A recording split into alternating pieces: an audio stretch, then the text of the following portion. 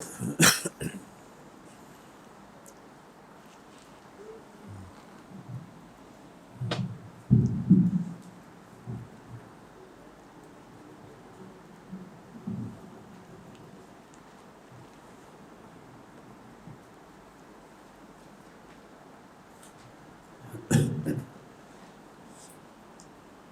اللہ الرحمن الرحیم نحمدہ ونصلی علی رسولہ الکریم اما بعد اعوذ باللہ من الشیطان الرجیم بسم اللہ الرحمن الرحیم وَلَوِ اتَّبَعَ الْحَقُّ أَهْوَاءَهُمْ لَفَسَدَتِ السَّمَاوَاتُ وَالْأَرْضُ وَمَنْ فِيهِنَّ۔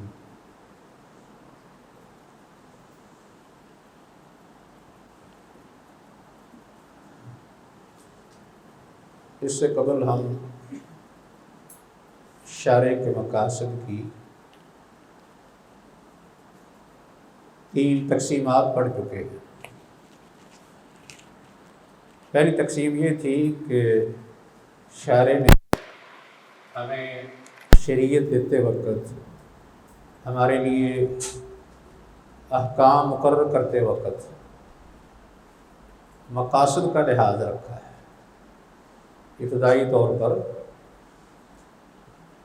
لوگوں کے مسائل اور ان کے مفادات کا لحاظ رکھا ہے، اور دوسری قسم یہ تھی کہ شارع نے ہمیں ایسے طریقے سے دین دیا ہے کہ جن کو شارع نے مخاطب کیا ہے وہ لوگ صحیح طریقے سے اس کے احکامات کو سمجھ سکیں، جیسا کہ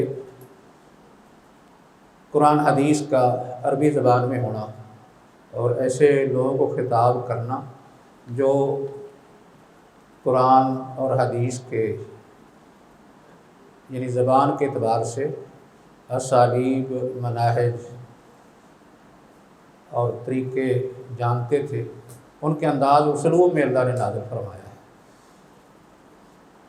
اور تیسری تقسیم میں یہ بیان کیا کہ اللہ رب العزت کے جو احکامات ہیں، شارع کا مقصد یہ ہے کہ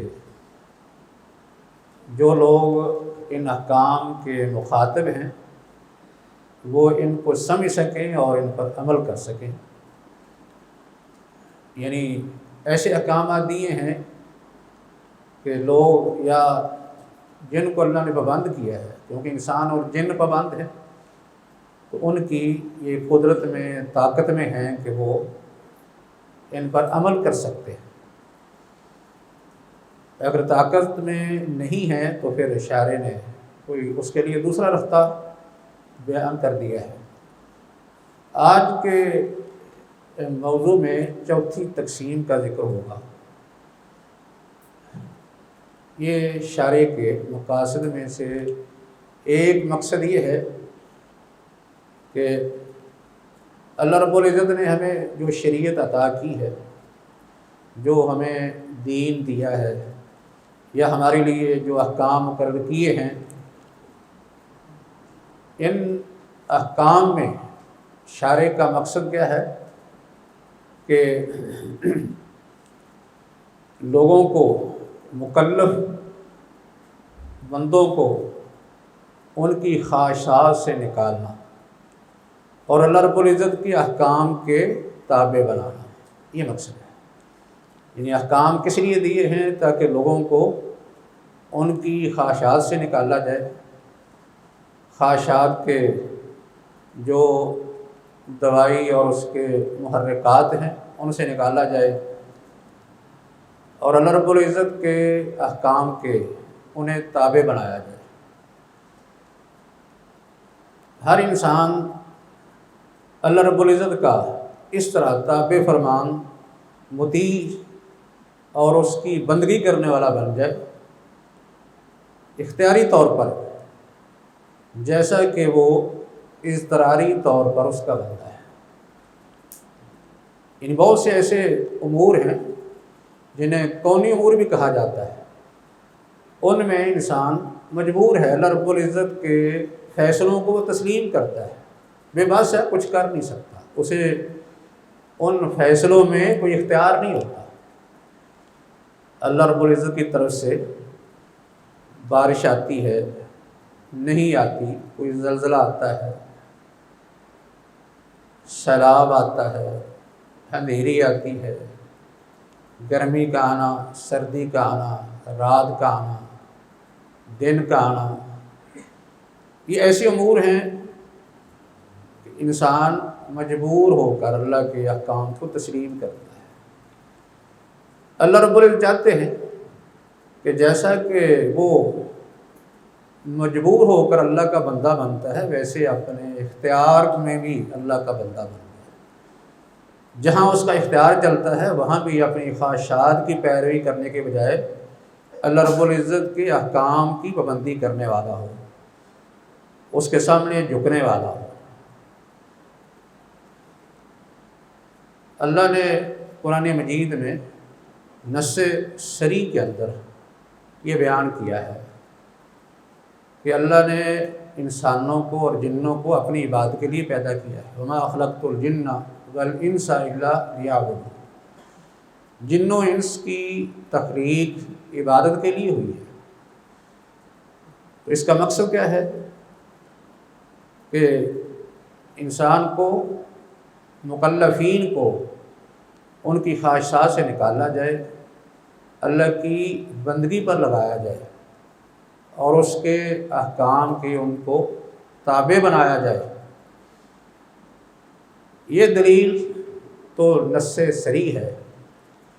دوسری دلیل اس پر یہ بھی ہے کہ انسانی تجربات، مشاہدات اور عرف و عادت بھی یہ تقاضا کرتے ہیں کہ لوگوں کی مسائل، ان کے مفادات، خواہ دنیاوی ہوں یا اخروی، اگر یہ پورے ہو سکتے ہیں تو کس طریقے سے؟ شرعی احکام کی بندی سے پورے ہو سکتے ہیں، اللہ کی بندگی سے، اللہ کی اطاعت سے، اپنی خواہشات کی اتباع کی بجائے اللہ کے احکام کو تسلیم کرنے سے، ان کے سامنے جھک جانے سے دنیا آخرت کے مفاد اور منافع مسائل یہ پورے ہو سکتے ہیں۔ انسانوں کی خواہشات کے مطابق، ان کی اپنے اغراض و مقاصد کے مطابق کبھی بھی اس کے دنیاوی اور اخروی مقاصد پورے نہیں ہو سکتے۔ اگر انسان کو اس کے اپنے اختیار میں، اپنی خواہشات میں، اپنے اغراض و مقاصد میں اس کو آزاد چھوڑ دیا جائے تو اس کا نتیجہ دنیا کے اعتبار سے بھی اچھا نہیں ہے اور آخرت کے اعتبار سے بھی اچھا نہیں ہے۔ اس لیے کیونکہ لوگوں کے اغراض و مقاصد مختلف ہوتے ہیں، وہ اپنی خواہشات میں بھی مختلف ہیں۔ اس لیے اگر ان کو خواہشات میں آزاد چھوڑ دیا جائے گا تو اس کا نتیجہ کیا نکلے گا؟ آپس میں لڑائی جھگڑا، قتل و غارت، تباہ و بربادی کے علاوہ کچھ ہاتھ نہیں آئے گا۔ اس لیے یہ نہیں کہا جا سکتا کہ اللہ رب العزت نے شریعت کو لوگوں کی خواہشات پر چھوڑ دیا ہے، ان کے اپنے ذاتی اغراض و مقاصد پر چھوڑ دیا ہے،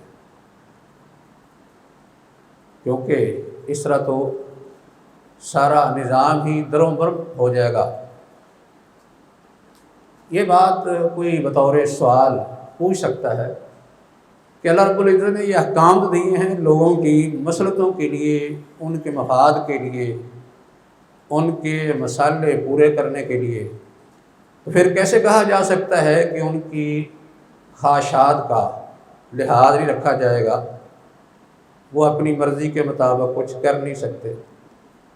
تو اس کا جواب یہ ہے کہ شریعت نے جو احکام دیے ہیں ان کے پیچھے لوگوں کے ہی مفادات ہیں، لوگوں کی مسائل کو پورا کرنا مقصد ہے، لیکن یہ مسائل لوگوں کی خواہشات پر، ان کے اغراض و مقاصد پر نہیں چھوڑ دی گئی، بلکہ اللہ کے یا شارع کے حکم کے مطابق۔ شارع کے حکم کے مطابق اور ان حدود کے مطابق جو اللہ نے مقرر کی ہیں، یعنی یہ ساری مصالحے، سارے مفادات یہ لوگوں کو ضرور حاصل ہوں گے۔ اللہ نے ان مصالحے کا حصول شریعت کے احکام دیتے وقت باقاعدہ ملحوظ رکھا ہے۔ ان مصالحے کا اللہ نے باقاعدہ ارادہ کیا ہے کہ لوگوں کی مصالحے کو پورا کرنا ہے، لیکن جس نے یہ شریعت دی ہے اس کے حکم اور اس کے احکام کی پابندی کے مطابق، اس کی حدود کے مطابق، کیونکہ لوگوں کی خواہش اور ان کے اغراض و مقاصد جو ہیں وہ مختلف ہونے کی وجہ سے ان کے دنیاوی یا اخروی مقاصد پورے نہیں ہو سکتے۔ ایک ہی کام کے اندر ایک آدمی کا ایک مقصد ہوتا ہے، دوسرے کا نہیں ہوتا۔ ایک آدمی اس کی خواہش کرتا ہے، دوسرا نہیں کرتا، اور لوگوں کی خواہشات مختلف ہوتی ہیں۔ اس لیے ان کی خواہشات کا دین کو پابند نہیں بنایا جا سکتا، بلکہ ان کی خواہشات کو دین کا پابند کرنا یہ مقصد ہے۔ جیسا کہ قرآن مجید کی آیت ہے، وَلَوِ اتَّبَعَ الْحَقُّ أَهْوَاءَهُمْ لَفَسَدَتِ الْأَرْضُ لَفَسَدَتِ السَّمَاوَاتُ وَالْأَرْضُ وَمَنْ فِيهِنَّ۔ اللہ رب العزت فرماتے ہیں اگر حق اس کو تابع کر دیا جائے لوگوں کی خواہش کے، نتیجہ کیا نکلے گا؟ نتیجہ یہ نکلے گا کہ آسمانوں زمین میں اور جو ان میں رہنے والے ہیں، جو چیزیں ان میں ہیں، سب میں فساد پیدا ہو جائے، خرابی پیدا ہو جائے۔ اس لیے اللہ رب العزت نے حق کو لوگوں کی خواہش کے تابع نہیں کیا، بلکہ ان کی خواہشات کو حق کے تابع کرنا یہ شارع کا ایک مقصد ہے۔ اس لیے آپ دیکھتے ہیں کہ شارع نے جو احکام دیے ہیں عام طور پر ان کو ہم 5 اقسام میں تقسیم کرتے ہیں۔ مثلا شرعی احکام 5 اقسام پر تقسیم ہوتے ہیں، جن میں ایک واجب ہے اور دوسرا حرام ہے۔ واجب اور حرام خاص کر ان سے تو ظاہر یہی ہوتا ہے کہ انسان کا جو اختیار ہے، جو اس کی خواہشات ہیں، ان سے ان کا بالکل ٹکراؤ ہے، کیونکہ اللہ رب العزت نے جب کسی کام کے کرنے کا حکم دیا اس سے یہ تو نہیں پوچھا کہ تیری اس میں کوئی خواہش ہے یا تیرا اس سے مقصد پورا ہوتا ہے یا کہ نہیں۔ اگر کسی آدمی کو کسی کام سے روکا ہے تو اس سے یہ نہیں پوچھا کہ اس سے تیرا کوئی مقصد حاصل ہوتا ہے یا کہ نہیں۔ اس سے معلوم یہ ہوتا ہے کہ اللہ رب العزت نے جب کسی کام کا حکم دیا ہے اس پر عمل کر کے ہم دنیا آخرت کے مفادات حاصل کر سکتے ہیں، دنیا آخرت کی سعادتیں حاصل کر سکتے ہیں۔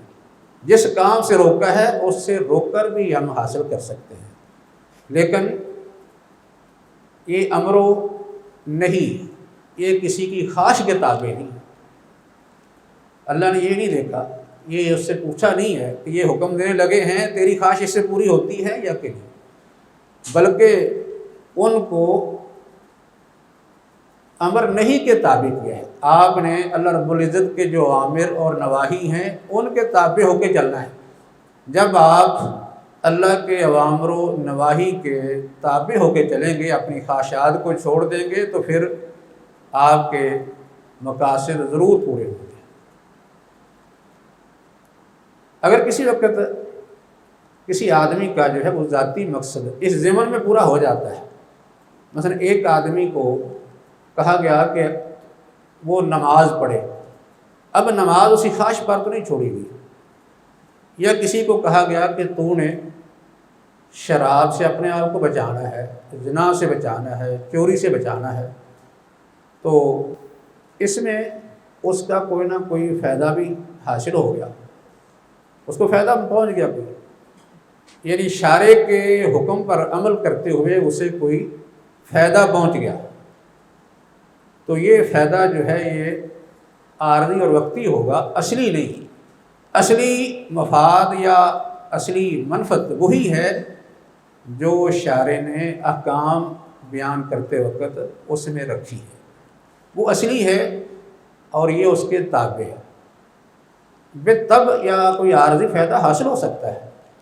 ایک شخص کسی شریعت کے حکم پر عمل کرتا ہے تو اصل اس کا مقصد اللہ کی عبادت ہے، اللہ کی رضا ہے، اس کے حکم کی تعمیل ہے، لیکن اگر اس کا کوئی اس میں دنیا کا فائدہ بھی حاصل ہو جاتا ہے تو یہ فائدہ اصلی فوائد یا اصلی منفعتوں میں نہیں آئے گا، بلکہ یہ بے تب ہے، یعنی تابع ہو کے مفاد جو حاصل ہوتا ہے اس میں شامل ہے، یا یہ عارضی وقتی ہے، مستقل نہیں۔ بنیادی اور مستقل فوائد وہ اللہ کے احکام کی تعمیل میں۔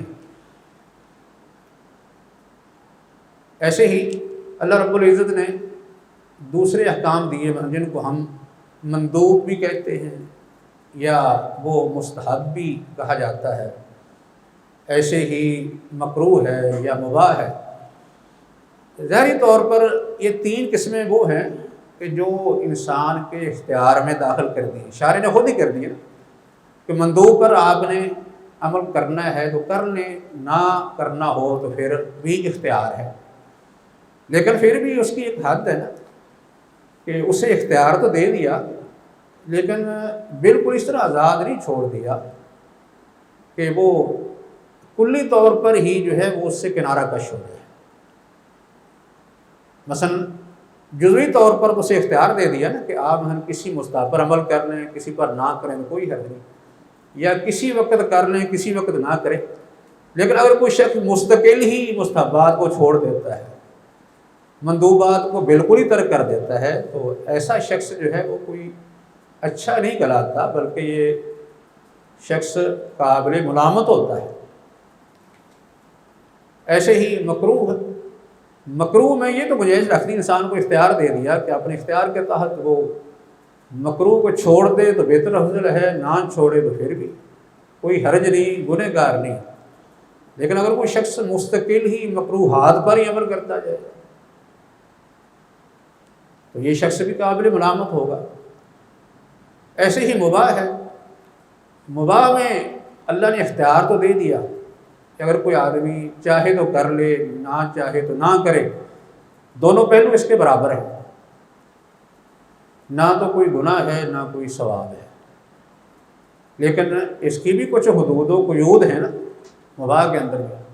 مثال کے طور پر کھانا پینا جو ہے عام طور پر مباح ہے، اسی طرح کوئی کاروبار کرنا یہ مباح ہے۔ کاروبار کوئی بھی آدمی کر سکتا ہے، کسی وقت کر سکتا ہے، یہ اس کے لیے مباح ہے۔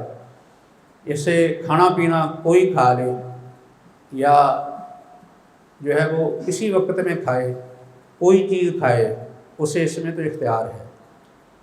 اسے ایسے ہی کوئی شخص سیر و سیاحت کے لیے نکلتا ہے، وہ سیر کرے نہ کرے اسے اختیار ہے اس میں، لیکن ایسا نہیں ہے کہ اس میں وہ بالکل آزاد ہو کہ اصل شارع کو جو مقاصد ہیں ان سے ٹکراؤ پیدا ہو جائے کہ ایک آدمی کہے کہ وہ کھانے میں اختیار ہے لہذا میں نے کھانا ہی نہیں، تو پھر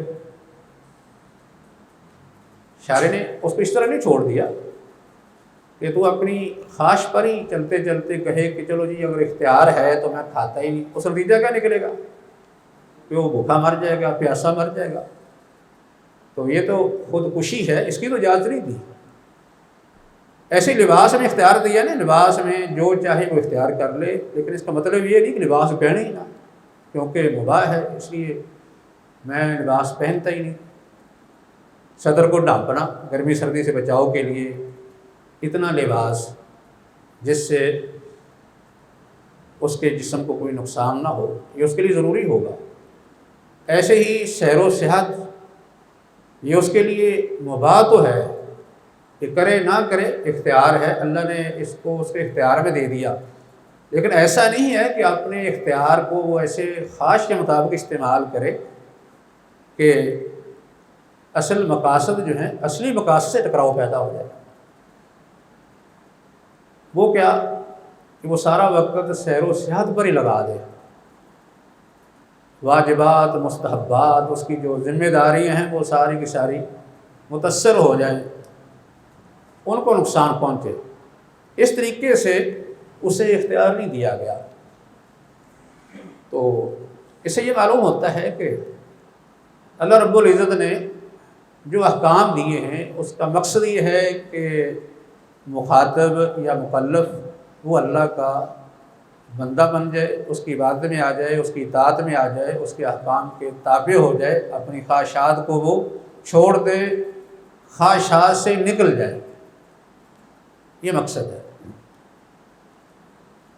اگر کوئی شخص اپنی کسی بھی عمل کے اندر اپنی خواہش کی پیروی کرتا ہے اور وہ اللہ کے اوامر و نواہی کو نہیں دیکھتا، بالکل نظر انداز کر دیتا ہے، اللہ کے اوامر و نواہی کو بالکل نظر انداز کر دیتا ہے، تو اس کا یہ عمل کیا ہوگا؟ قطعی طور پر باطل ہے، باطل عمل اس کا، کہ اس نے مطلقاً کوئی عمل کیا، اللہ کے اوامر و نواہی کی طرف توجہ ہی نہیں کی، بالکل عبادات بھی جو ہیں وہ بھی باطل ہیں۔ اگر کوئی آدمی کتنی بڑی عبادت کرے لیکن اس کے پیچھے اللہ کا امر نہ ہو تو پھر اس کی عبادت باطل ہے۔ اگر کوئی آدمی اپنے معاملات کرتا ہے، کسی فعل کا تعلق اس کی عادات سے ہے تو وہ بھی باطل ہے، کیونکہ اس میں اللہ کے اوامر و نواہی کو دیکھا ہی نہیں، ان کی طرف توجہ ہی نہیں کی، یہ بھی باطل ہے۔ لیکن اگر کوئی شخص اللہ کے اوامر و نواہی کو سامنے رکھ کے کوئی کام کرتا ہے، یعنی اللہ کے اوامر و نواہی کو سامنے رکھ کے کام کرتا ہے، تو یہ کام اس کا صحیح ہوگا، خواہ اس میں اس کا کوئی مقصد ہو۔ اللہ کے اوامر و نواہی کو سامنے رکھ کام کرے گا تو پھر یہ کام اس کا صحیح ہوگا، اس نے کوئی مقصد سامنے رکھا ہے لیکن یہ مقصد شارع کے مقصد سے ٹکراؤ پیدا نہیں کرتا، بلکہ موافق ہے، شارع کے مقصد کے موافق ہے، تو کوئی حرج نہیں، یعنی کیونکہ اس نے یہ فعل اللہ کے اوامر و نواہی کو نظر انداز کر کے نہیں کیا، وہ سامنے رکھ کے کر رہا ہے، لیکن یہ جو مقصد اس کا حاصل ہو گیا یہ مقصد عارضی اور وقتی ہوگا، مستقل نہیں، اصلی نہیں۔ اصلی مقصد وہی ہوگا جو شارع کے کسی حکم پر عمل کرنے کے نتیجے میں شارع کی طرف سے وہ سامنے آئے گا، وہ اس کا اصلی مقصد ہے۔ کسی وقت ایسا ہوتا ہے کوئی آدمی کوئی کام کرتا ہے، ظاہری طور پر شارع کے اوامر و نواہی کا خیال کرتا ہے، لیکن اس کا جو ذاتی مقصد ہے نا، خواہش، وہ غالب ہو جاتی ہے۔ اگر غالب خواہش ہو گئی تو پھر وہ اللہ کے حکم کی تعمیل نہیں رہے گی، اس سے نکل جائے گا۔ یعنی اس کا اندازہ کیسے کیا جائے گا کہ کوئی آدمی جب کام کرتا ہے تو وہ اللہ کے حکم کی تعمیل کر رہا ہے یا کہ وہ اپنی خواہش کی اتباع کر رہا ہے؟ یہ فرق کیسے سامنے آئے گا؟ جیسے کہ کوئی شخص جو ہے وہ اس کی بیوی ہے، شرعی طور پر نکاح کی صورت میں اس کے پاس اس کی بیوی ہے، اس نے حالت طہر میں صحبت کی، تو کیا یہ اپنی خواہش کی اتباع کرنے والا ہے یا اللہ کے حکم کی تعمیل کرنے والا ہے؟ کیسے پتہ چلے گا؟ کیسے فرق کریں گے؟ فرق اس طرح ہوگا کہ اگر یہی عورت ہے جو طہر میں ہے، اس نے اس سے صحبت کی، تو یہ اللہ کے حکم کی تعمیل شمار کب ہوگی؟ کہ جب اس کو حیض آ گیا تو حیض کی حالت میں رک گیا۔ اس کا مطلب ہے کہ یہ اپنی خواہش کی اتباع نہیں کر رہا بلکہ اللہ کے حکم کی تعمیل کر رہا ہے، کہ اللہ نے جب اجازت دی اس نے اس وقت یہ کام کیا، جب روکا اس سے رک گیا۔ لیکن اگر کوئی آدمی مہواری کی حالت میں، حیض کی حالت میں نہیں رکتا تو پھر اس کا مطلب ہے کہ یہ عمل اس کا اپنی خواہش کے تابع ہے، اس نے پھر اللہ کے اوامر نواہی کو نظر انداز کر دیا ہے۔ تو خواہش کے تابع اس کا عمل اللہ کے ہاں پھر وہ نیکی شمار نہیں ہوتا۔ اللہ رب العزت تو اپنے احکام میں چاہتے یہ ہیں کہ وہ اپنی خواہش سے نکل کر اللہ کی اطاعت میں آ جائے۔ جو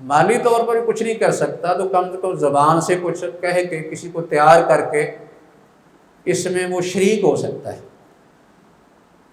یہ واجبات کفائی ان کو ادا کرنا یہ بھی ضروری ہے، اور یہ مقاصد یہ بھی اصلی ہے، اصلی مقاصد کا یہ دوسرا ایک حصہ ہے۔ تو واجبات کفائی میں آدمی اس طریقے سے کام کرتا ہے، اپنی ذمہ داری پوری کرتا ہے کہ وہ ایسے کام جو مجموعی طور پر معاشرے کے فائدے کے ہوتے ہیں، اس میں مصلحتیں عام ہوتی ہیں سب لوگوں کے لیے، ان میں وہ حصہ ڈالتا ہے۔ اور اگر کوئی کسی جگہ پر کوئی بھی ان کو ادا نہیں کرتا تو سارے گنہگار ہوں گے۔ جب دوسرے لوگ نہ کریں تو پھر ایک آدمی کسی جگہ ہو، جب دیکھے کوئی بھی نہیں کر رہا تو پھر اس کے لیے کرنا ضروری ہو جاتا ہے، کیونکہ اس کے بغیر چارہ نہیں۔ کوئی بھی آدمی جو ہے حکومت نہ سنبھالے، کوئی شخص جو ہے وہ قاضی نہ بنے، کوئی بھی مبلغ نہ بنے، تو اس کا نتیجہ کوئی بھی جہاد نہ کرے، نتیجہ کیا ہوگا؟ سارا نظام ادھر پر ہو جائے گا۔ اگر واجبات کفائی ادا نہ کیا جائے تو واجبات عینی بھی نہیں ہو سکتے۔ واجبات کفائی جو ہیں یہ سمجھنے کے ذریعے ہیں واجبات عینی کے تحفظ کا، کیونکہ اگر آپ کو پورا ایک معاشرہ اچھا نہیں ملتا، ایک ماحول اچھا نہیں ملتا، آپ کے ماحول کے حالات اچھے نہیں ہیں، معاملات اچھے نہیں چل رہے، تو پھر آپ واجبات عینی بھی ادا نہیں کر سکتے۔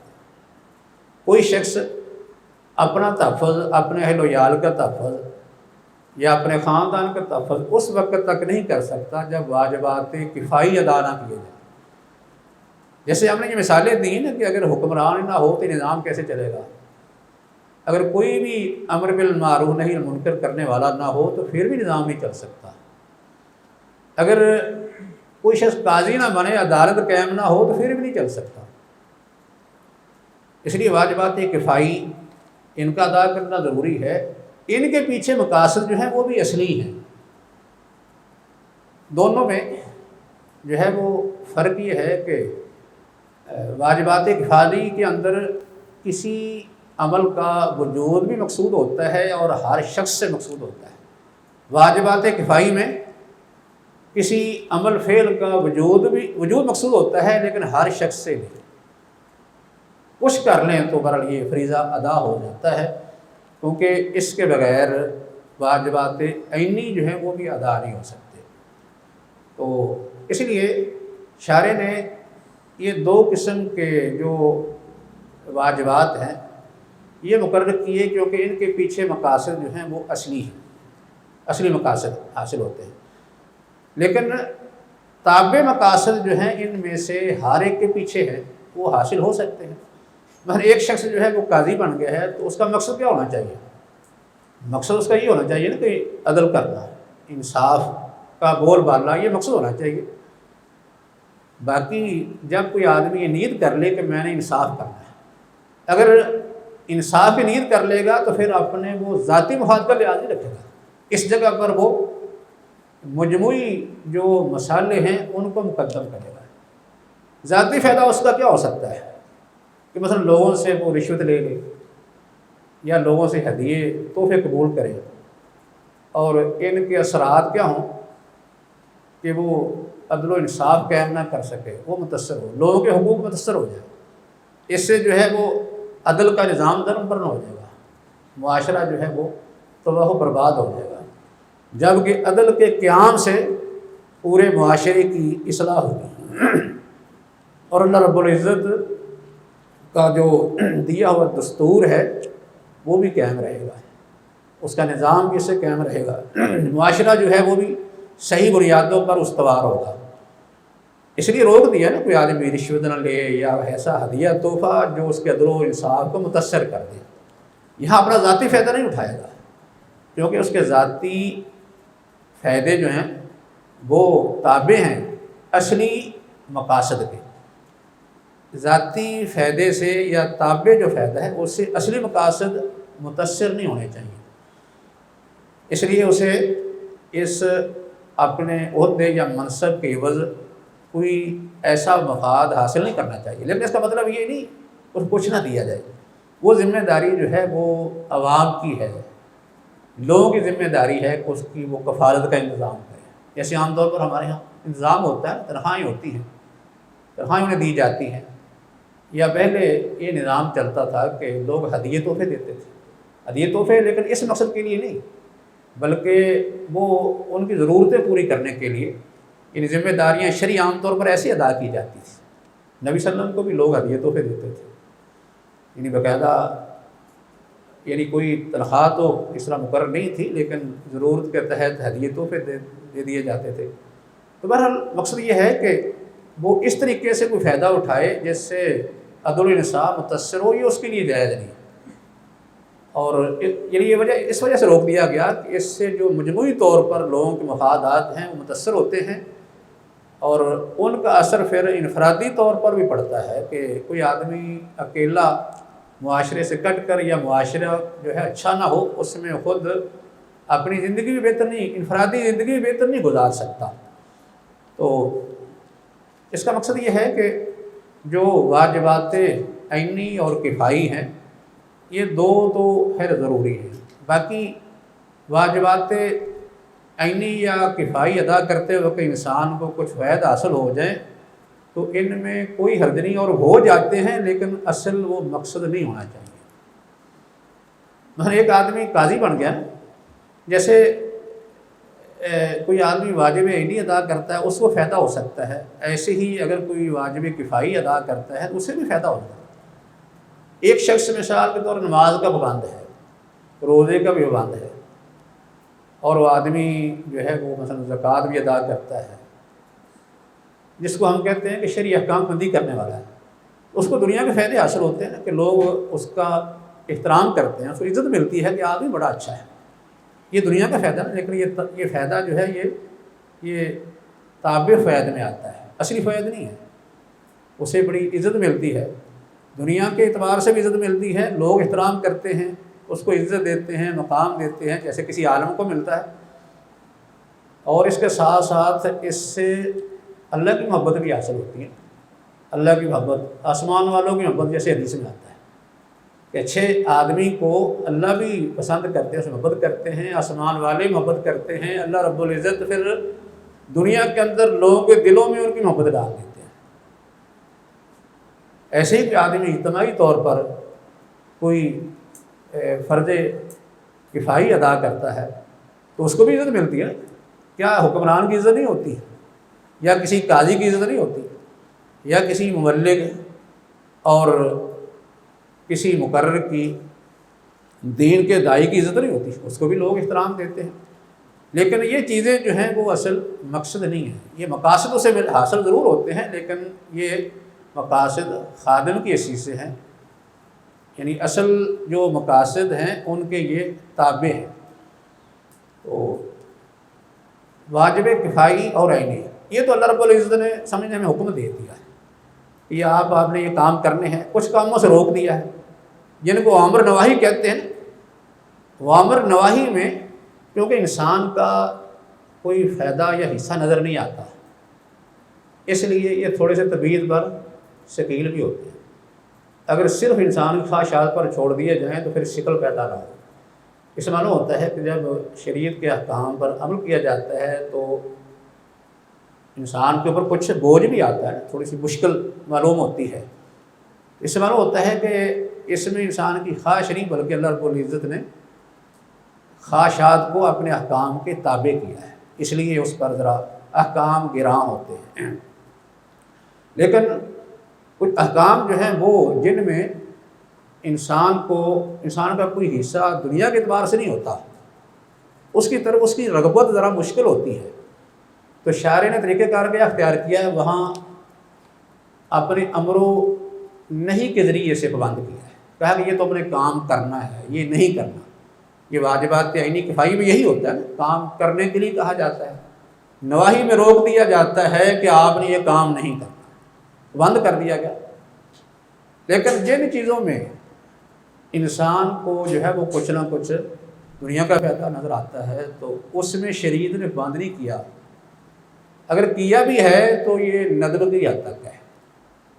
مثال کے طور پر یہ ہمارے ہاں کھانا پینا، لباس ہے اور مباح چیزوں سے فائدہ اٹھانا، یہ اپنی ہماری ضرورتیں ہیں، ان میں ہمیں اس طرح حکم نہیں دیا جس طرح کہ نماز کا حکم دیا ہے۔ نماز روزے کے لیے جس طرح احکام دیے ہیں اس طرح ان کے احکام کیوں نہیں دیے؟ کیونکہ اس میں جو ہے انسان کا خود اپنا بھی حصہ ہے۔ اللہ رب العزت نے ان کی جو ہے وہ ترغیب دے دی، کچھ ترغیب دے دی نا، مثلا خود کچھ کماؤ، کوئی نہ کوئی ذریعہ معاش اختیار کرو، اس کی ترغیب دے دی، اپنے ہاتھ سے محنت کرنے کی، کمانے کی ترغیب دے دی ہے، لیکن وجوبی حکم نہیں دیا۔ ایسے ہی بعض جگہ پر حکم صرف عبادت کا ہے، جیسے حل اللہ البیع وحرم الربا کے اندر بیع کو تمہارے لیے حلال کر دیا، مباح ہے نا، ویسے عام حکم اس کا مباح کا ہے۔ تو اس میں یعنی حکم کوئی ضروری یا وجوبی نہیں دیا، بلکہ یا تو اس کو مباح قرار دے دیا یا کچھ ترغیب دے دی، اس لیے کیونکہ اس کے اندر جو ہے وہ انسان کا اپنا بھی حصہ ہے، اس کی بھی کچھ خواہش ہوتی ہے، اس کا بھی کوئی نہ کوئی مقصد ہوتا ہے۔ تو اس کے لیے اللہ رب العزت نے انسان کے اندر کچھ ایسے دوائی پیدا کر دیے ہیں، ایسے کچھ اسباب محرکات پیدا کر دیے ہیں۔ مثال کے طور پر کھانے پینے کی جو ہے وہ خواہش رکھتی ہے، انسان کے اندر کھانے پینے کی خواہش رکھتی ہے۔ یہ جو خواہشات اللہ نے رکھی ہیں اس کا نتیجہ کیا ہوتا ہے کہ جب پیاس لگتی ہے، بھوک لگتی ہے، انسان خود خواہش کرتا ہے۔ تو جب اس کی فطرت میں یہ خواہش رکھ دی ہے، اس لیے وہ خود کوشش کرتا ہے، تو شارع نے باقاعدہ حکم دے کے بند نہیں کیا، اس میں حکم دینے کی ضرورت نہیں تھی، یہ انسان خود بھی کر سکتا ہے اپنی ضرورتوں کے مطابق، جیسے جیسے اس کو ضرورت محسوس ہوگی ویسے ویسے ہی یہ خود وہ کام کرے گا۔ مطلب یہ ہے کہ ایک آدمی جو ہے وہ دنیا میں آیا ہے تو اس کو اللہ نے یہ خواہشیں لگا دی ہیں نا، جو خواہشیں لگائی ہیں یہی خواہشیں اس کے لیے اسباب اور محرکات بن جاتے ہیں کہ پھر خود کام کرنے پر مجبور ہو جاتا ہے۔ لیکن اگر کسی جگہ پر کوئی محرک نہیں ہے تو شارع نے وہاں کچھ نہ کچھ مقرر کر دیا ہے۔ مثال کے طور پر بیوی کا جو خرچہ ہے، بیوی کا خرچہ یہ بعض دفعہ کوتاہی بھی ہوتی ہے، انسان کو خود کیونکہ طلب نہیں ہے نا، اس میں اپنی خواہش نہیں ہے، سستی بھی کر سکتا ہے، اس لیے اس کو بند کر دیا ہے کہ تو نے بیوی کا خرچہ ضروری دینا ہے۔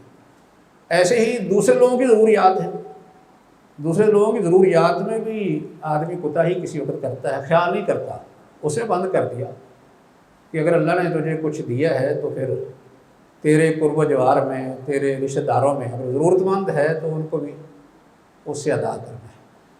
یعنی جس جگہ پہ انسان کا اپنا دائیہ کمزور ہے وہاں شریعت نے اس کو بند کر دیا ہے، اور جس جگہ اس کی اپنی خواہش جو ہے وہ خود اس کو تیار کرتی ہے، ابھارتی ہے، اس کو حرکت دیتی ہے، وہاں اس کو بند نہیں کیا۔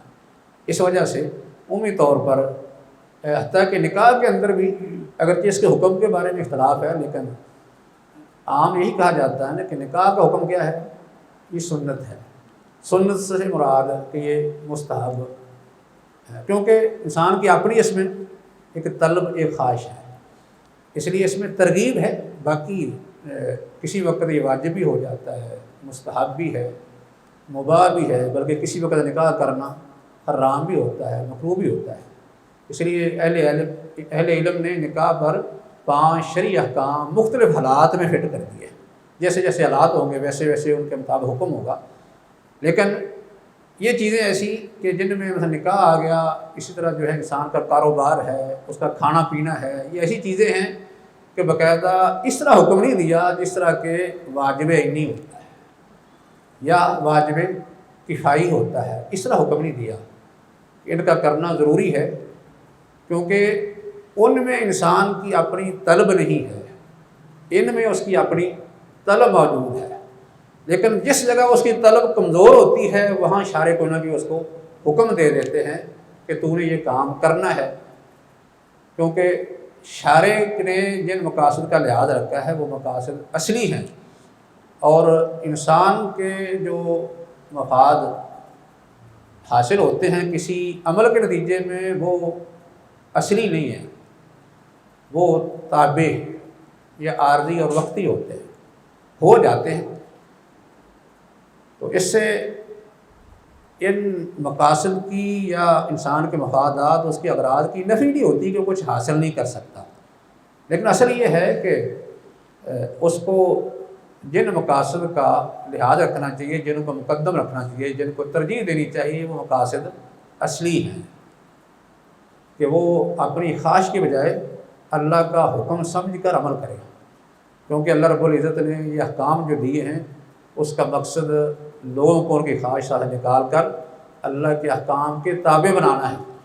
جب لوگ اللہ کے احکام کے تابع بن جائیں گے تو اس سے اصلی مقاصد جو شارع نے ان احکام کے پیچھے یا ان احکام پر عمل کرنے کے نتیجے میں رکھے ہیں وہ بھی حاصل ہوں گے، اور اس کے جو دنیا کے مفادات ہیں وہ بھی اس سے حاصل ہوں گے۔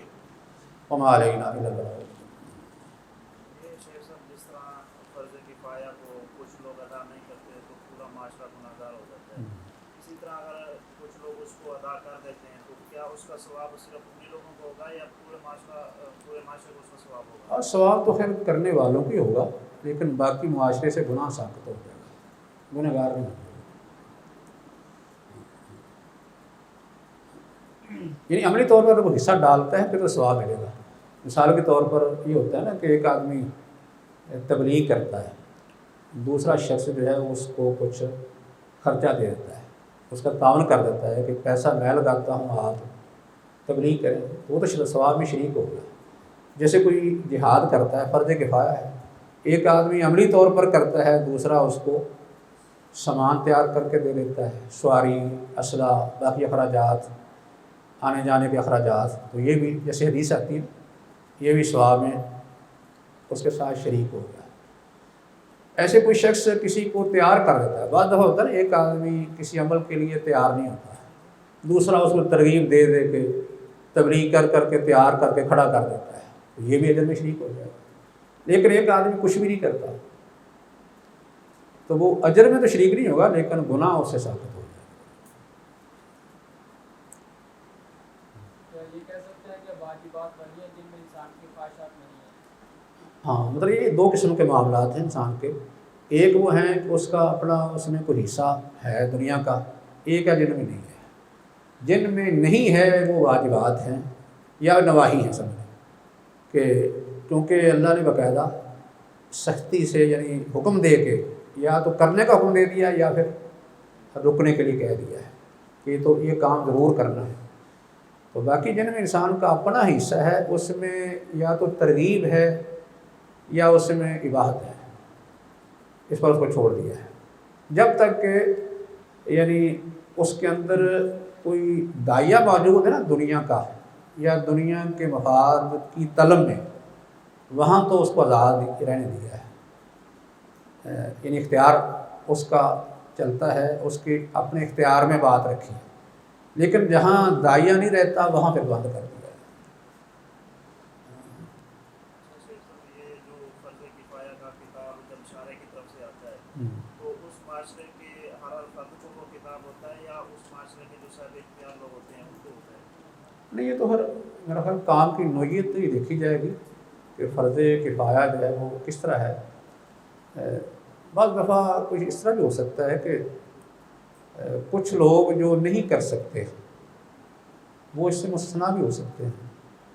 مثال کے طور پر جیسے ہم کہتے ہیں نا علاج کرنا، علاج، کسی علاج جو ہے اس کو بھی اہل علم نے فرض کفایہ میں شامل کیا ہے، یعنی کوئی نہ کوئی علاج کرنے والا آدمی ہونا چاہیے نا، یا ایسے علوم جو ایک ضرورت کی حیثیت اختیار کر جاتے ہیں ان کو سیکھنا، یہ بھی فرض کفایہ ہے۔ اگر کوئی بھی نہیں سیکھتا تو پھر گنہگار ہوں گے، لیکن کچھ لوگ سیکھ لیتے ہیں، سیکھنے کے بعد پھر ذمہ داری ان پر ہی ہوتی ہے نا کہ اس علم کو آگے وہ لوگوں تک پہنچائیں یا اس علم کا لوگوں تک فائدہ پہنچائیں۔ جیسے ڈاکٹر ہیں، اب کوئی بھی ڈاکٹر کس علاج نہیں کرتا، ضرورت ہے لیکن کوئی بھی ڈاکٹر علاج نہیں کرتا، تو اس میں گنہگار کون ہوں گے؟ ڈاکٹر ہی ہوں گے نا۔ جو اس کے لیے جو یہ کام کر سکتے ہیں. جو کام کر نہیں سکتا وہ تو پھر اس سے گنہ گار نہیں ہوگا. لیکن کچھ کام ایسے ہیں کہ ان میں ایک ذمہ داری اجتماعی ضرور بنتی ہے کہ کوئی آدمی خود کام کرے یا کسی پر وہ پیسہ خرچ کر دے یا کسی کو ترغیب دے کے تیار کر دے. یہ ذمہ داریاں یعنی لوگوں پر مختلف لحاظ سے بنتی ہیں. اس میں یعنی اپنا کوئی نہ کوئی حصہ اس کو ڈالنا چاہیے.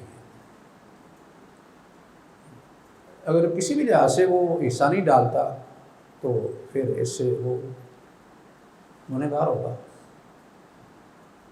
لیکن ہر معاملے میں ایسا نہیں ہے. ایسے مثلا ہم کہتے ہیں جنازہ فرض کفایہ ہے، تو اب کوئی اکثر ہم دیکھتے ہیں کہ جنازہ کتنے لوگ نہیں پڑھتے، نہ وہ کسی کو کہتے ہیں، نہ کوئی ترغیب، نہ کچھ ہوتی ہے. تو کچھ نے پڑھ لیا وہ فرض کفایہ ادا ہو گیا. لیکن اس میں اس طرح کہ امام شاطبی نے یہ بات کی ہے کہ وہ کہتے ہیں کہ فرض کفایہ جو ہے اس میں بھی ویسے ایک عملاً کام کرنے میں تو کچھ لوگ ہی آگے آئیں گے، لیکن ہر ایک مسلمان کی ذمہ داری ہے کہ اس میں کچھ نہ کچھ اپنا حصہ ضرور ڈالے. کسی نہ کسی جس طرح بھی وہ ڈال سکتا اس کو ڈالنا چاہیے. اس طرح کہا جا سکتا ہے کہ فرض کفایہ اور فرض عین، جس طرح فرض عین کا اہتمام کیا جاتا ہے اس طرح فرض کفایہ ہونا چاہیے. ہاں اس طرح ہونا چاہیے. لیکن اس میں یہ ہے کہ فرض عین میں یعنی ہر آدمی سے ایک فعل مخصوص مطلوب ہوتا ہے، لیکن دوسری جگہ یعنی فعل تو مطلوب ہے لیکن ہر آدمی سے نہیں ہے.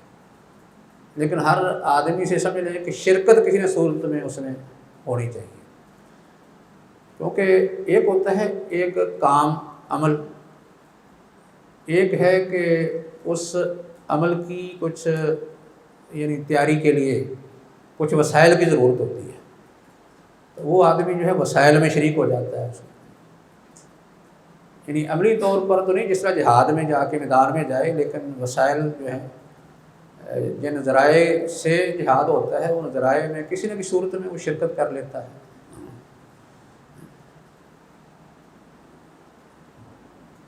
اگر کوئی فرض کفایہ کرنا چاہتا ہے یا کوئی جہاد کرنا چاہتا ہے لیکن اس کے بعد وسائل نہیں ہے اور اسے کوئی وسائل مہیا نہیں کرتا، کیا وہ بھی اس میں ذمہ دار ہوگا؟ نہیں، وہ پھر اس طرح تو گناہ نہیں ہوتا. انسان کو اللہ نے اس کی استاد کے مطابق ہی مکلف بنایا ہے. جتنا وہ کر سکتا ہے وہی کرے، جو نہیں کر سکتا بے بس ہے تو پھر مکلف نہیں. لا یکلف اللہ نفسا الا وسعہا، جیسے ہم پڑھ چکے ہیں یہ پہلے.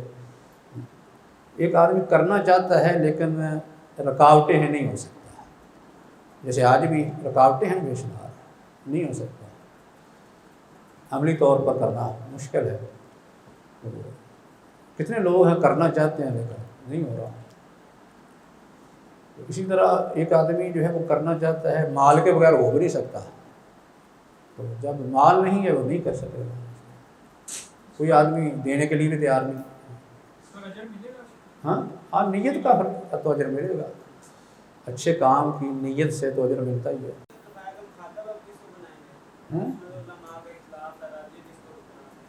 نہیں، وہ تو خیر دیکھنا ہے کہ فرض کفایہ کون سا عمل ہے. جو عمل ہے اس کے مطابق ہی لوگ مخاطب ہو گئے. ہاں نوعیت کو دیکھ کر ہی ہوگا. یعنی جو فرض کفایہ ہمارے سامنے ہے اس کو دیکھیں گے نا کہ اس وقت کن لوگوں کی ذمہ داری ہے اس کو ادا کرنا. جو کر سکتے ہیں وہی سارے اس میں مخاطب ہو گئے.